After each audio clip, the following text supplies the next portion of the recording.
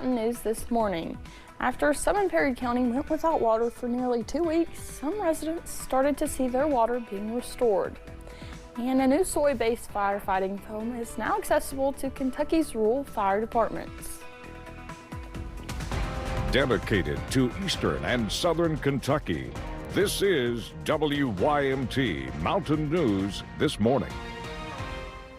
Welcome to Mountain News This Morning. I'm Neely Green here with you on this Friday, February 13th. The time is now 5:32. Let's check in with meteorologist Megan Dismal for a look at your forecast this morning. Megan, it's Friday and I am so ready for the weekend. Yeah, I am too. And every time you say it's Friday the 13th, I get a little jump scare there. But yes, we're heading into the weekend, and there's the good news as we're going through the next several hours. Now, we are watching colder temperatures this morning. We're talking a mixture of the 20s and for some the low 30s. Overall, though, very chilly. Make sure you're wearing your layers this morning. By the afternoon, though, we will see some significant improvement. I mean, we're talking 50s all across the board. And not only are we seeing those 50s, we're seeing plenty of sunshine. It's going to be a sunshiny day, so enjoy this afternoon. We're going to see some improvements in those temperatures tomorrow, but we are watching as a chance of showers returns in the forecast late Valentine's Day evening, which will continue overnight and into your Sunday. Here's a look at that 12-hour forecast for you, though. Again, plenty of sunshine all day long. The warmest temperatures will be around that 3 o'clock, 4 o'clock time frame. Neely. Megan, thank you. A Rowan County man found dead has now been identified. The coroner says the victim is 41-year-old William Manning from Moorhead. Manning was found on Wednesday around noon off of Rock Fork Road.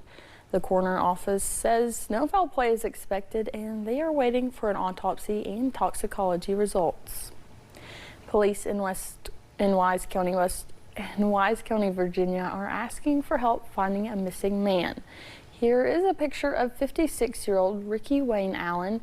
Deputies say he was last heard from in the Pound community Wednesday night. They say he could be in a black 2015 Jeep Patriot. Allen is described as being 5 feet 10 inches tall and weighing about 290 pounds. If you have any information about the case, contact the Wise County Sheriff's Office at 276-328-3756. While many school districts are back to regular schedules after the winter weather hit the region, one county is still relying on remote learning as the hits keep coming. WYMT's Buddy Forbes has the latest from Letcher County.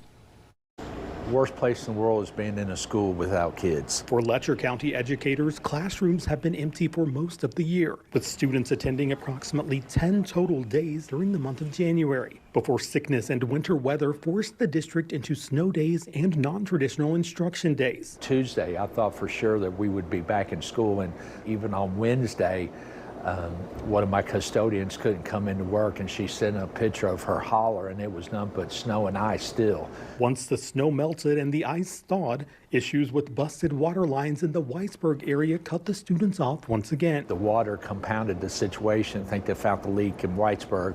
It's apparently a massive leak. It drained all the water out of the tanks in Whitesburg. Fleming Neon Middle School principal David Robinson says students have been out for 3 consecutive weeks, and the district has quickly exhausted its snow and NTI day options while still working to feed students throughout the county. We probably won't get any kind of spring break, or maybe just one day off.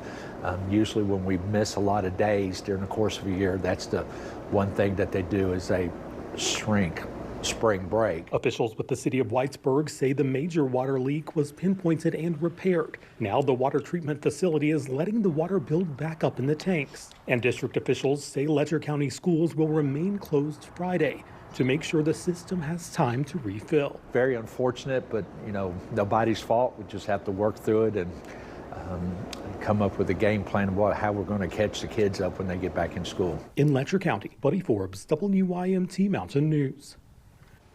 The district shared a statement saying, quote, "We want to make sure everything is fully restored before welcoming everyone back, anticipating a return to a normal schedule on Monday." In West Virginia, small business impacted by the Wayne water crisis have a chance to get some help. A water crisis in that area came about after vandalism at an AEP substation. A do not consume order that lasted 3 weeks was lifted last Friday. The Wayne Economic Development Committee says they need to identify at least 5 businesses that can claim economic impact from the water crisis. Then they can open up a portal with the Small Businesses Administration to help other businesses in the area. The town of Wayne is currently under a boil water advisory for a separate reason. Wayne officials said the advisory is because of a low tank levels after a raw water pump went out. After some in Perry County went without water for nearly 2 weeks, yesterday some residents started to see their water being restored. Hazard officials say the cold winter weather affected the water lines. Perry County Sheriff Joe Engel says the city has experienced consistent temporary water outages for the last decade. He says he decided to use his voice as sheriff to speak up for folks who were living without a basic necessity.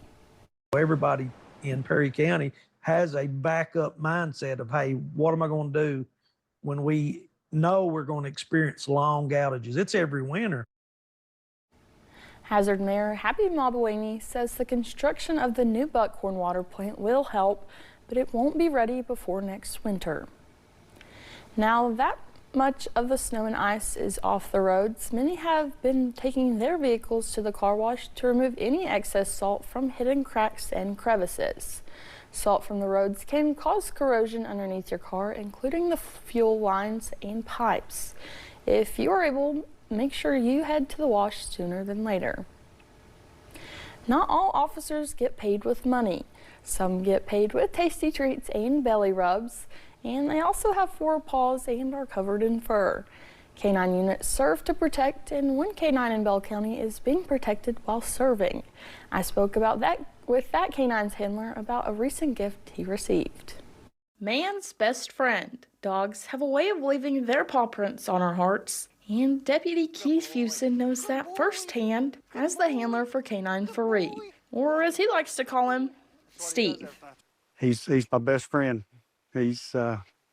I spend more time with him than I do my family, just to be honest with you. Steve is a 3-year-old German Shepherd Belgian Malloy mix, which makes him a very skilled asset to the Bell County Sheriff's Department. He is certified on narcotics as far as heroin, cocaine, meth, ecstasy. He's also an apprehension dog. He does article search, and he's a track dog. As Steve's handler, Fusen reached out to an organization that gives canines safety vests to give them more protection while working. An organization called Vested Interest in Canine Incorporated, and they sent him the vest. It's a bullet and stab-proof vest for the canine dog. The vest does not only protect Steve, but also honors another special canine well known in the mountains. Canine Drago served in Floyd County and died on duty during the 2022 Allen ambush, a reality that all canine units face. Unfortunately, that dog may have sent in a situation, and his life might be sacrificed for ours, and I'd have a hard time with that, but that's his job, and he does it proudly, and I'm proud of him. Sheriff Mitch Williams says the department is also proud of Steve and Deputy Fusen. The Bell County Sheriff's Office had a canine and handler of their own die on duty in 2008. Canine King and Deputy Sean Percival died after a car crash while chasing a suspect. Earlier this week, we reported Ephraim McDowell plans to close the birthing center at Fort Logan Hospital in Lincoln County. Eastern Kentucky native and country music star Tyler Childers posted a story on Instagram Wednesday sharing his personal connection to the hospital. His first child was born there in 2022, and his family planned on having their second child delivered there later this year. Childers called the birthing center, quote, a top-notch medical facility that Kentucky should be proud of, and he said he is sad to hear it's closing. Some state educators in Tennessee are pushing for a TCAP testing to be delayed after all the recent weather we've been dealing with. Professional educators sent a letter to the state requesting that delay. The director says schools miss too much time to properly prepare students. Testing is usually in mid-April. The group is asking for it to be pushed back a couple of weeks. One school district in East Tennessee has used up almost all of its 13 snow days. Now teachers are adjusting lessons. It's always a thing of did we get enough time with our students? Did we get to reach all the objectives that are placed upon us for the test? The superintendent says delaying the test would give teachers more breathing room. The state has not responded to the letter yet. A new soy-based firefighting foam is now accessible to Kentucky's rural fire departments. The foam is an alternative to the traditional foam that contains PFAs, also known as forever chemicals. The new tool doesn't require any equipment and is biodegradable.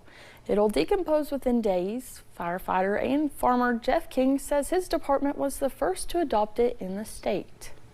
Achieves two classes of fires. Class A for your natural wood, grasses, house fires, and Class Bs, which are your fuels, your gasoline, your diesel fuel, your aviation fuel.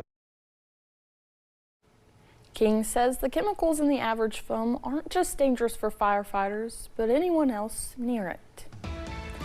Chris Hemsworth and Halle Berry hit the red carpet in Los Angeles this week for the premiere of their new thriller. And rain chances increase as we're heading into the evening. I'll tell you if it'll interrupt your Valentine's Day plans coming up.